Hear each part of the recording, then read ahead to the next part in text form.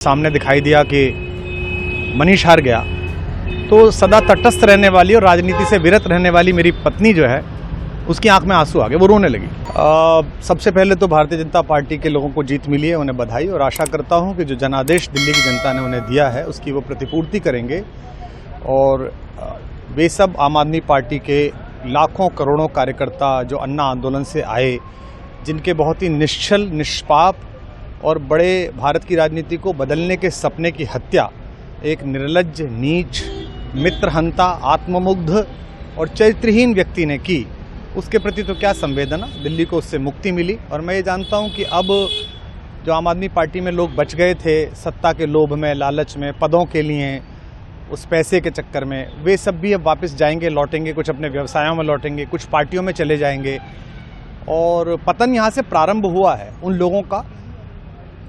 मेरे लिए कोई प्रसन्नता का और दुख का विषय नहीं है, मैं बीच में खड़ा हूँ। प्रसन्नता इस बात की है कि करोड़ों लोगों ने आशा लगाई थी, करोड़ों लोगों ने, लोग अपनी नौकरियां छोड़ के आए थे, व्यवसाय छोड़ के आए थे, दुश्मनियां ली थी लोगों ने, उन सब की हत्या एक आत्ममुग्ध आदमी ने, एक चरित्रहीन आदमी ने अपनी निजी महत्वाकांक्षाओं की पूर्ति के लिए की।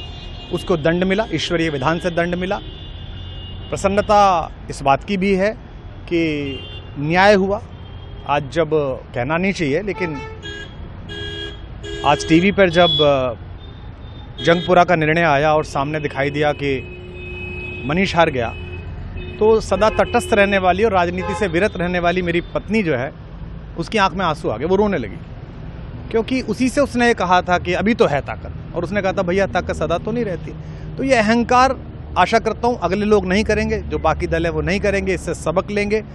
और दिल्ली के नागरिकों को मैं अच्छे शासन के लिए बधाई देता हूँ। अब भारतीय जनता पार्टी अपने नेतृत्व में सरकार बनाकर दिल्ली के जो दुख थे पिछले 10 वर्ष के उन्हें दूर करे, और आम आदमी पार्टी के समस्त कार्यकर्ताओं को कहता हूँ कि आपने जिस किसी भी लोभ लालच में सब कुछ जानते हुए एक ऐसे व्यक्ति के समर्थन में काम किया जिसने अपने मित्रों की पीठ में झुरा घोंपा, गुरु को धोखा दिया, अपने साथ कंधे से कंधा मिला के लड़ने वाली महिलाओं को अपने घर लाके पिटवाया, अपनी निजी सुख और साधन के लिए जनता का पैसा खर्च किया, अब उससे आशा लगानी छोड़ें, अब बाहर निकलें, अपना अपना जीवन देखें। मुझे राघवेंद्र सरकार राम की कृपा मिली, जिनका ये घर है, जिनकी कृपा से मैं यहाँ खड़ा हूँ। मुझ पर कृष्ण कृपा हुई कि मैं इस निर्लज्ज सर्कस से बाहर आ सका। मैं उन सब से भी अच्छे भविष्य की कामना करता हूँ कि वो कोई गंदगी ना फैलाएं कहीं भी, वो लौट जाएं अपने शिविरों में। जिस तरह माधव को, कृष्ण को दूत देख कर भी भरी सभा में अट्टहास करने वाला दुर्योधन जो ये कहता था सुचिग्रम नैव दास्यामि बिना युद्धे न केशवः, बिना युद्ध के 5 गांव भी नहीं दूंगा, आज वो अपनी सीटों के लिए तरस रहा है। और मुझे पता है कि इस दुर्योधन का अंत भी टूटी हुई जंघा के साथ बड़ा ही दारुण होगा और भारतीय राजनीति एक कलंकित अध्याय के रूप में इस बौने दुर्योधन को और इसके दरबार के तमाम शकुनियों को याद करेगी। मैं उनकी मुक्ति की कामना करता हूं कि ईश्वर उन्हें इस दुख से बाहर निकाले और समस्त लोगों को बधाई देता हूं कि चलिए अंततः न्याय हुआ।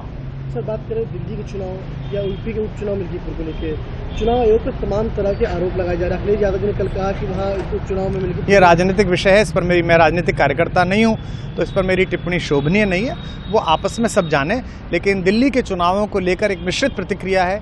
दुख है कि अन्ना आंदोलन से एक ऊर्जा जो पैदा हुई थी जिससे देश में एक सकारात्मक बदलाव हो सकता था, एक वैकल्पिक राजनीति हो सकती थी, उसकी हत्या एक अहंकारी आदमी ने, एक आत्ममुग्ध और असुरक्षित आदमी ने कर दी।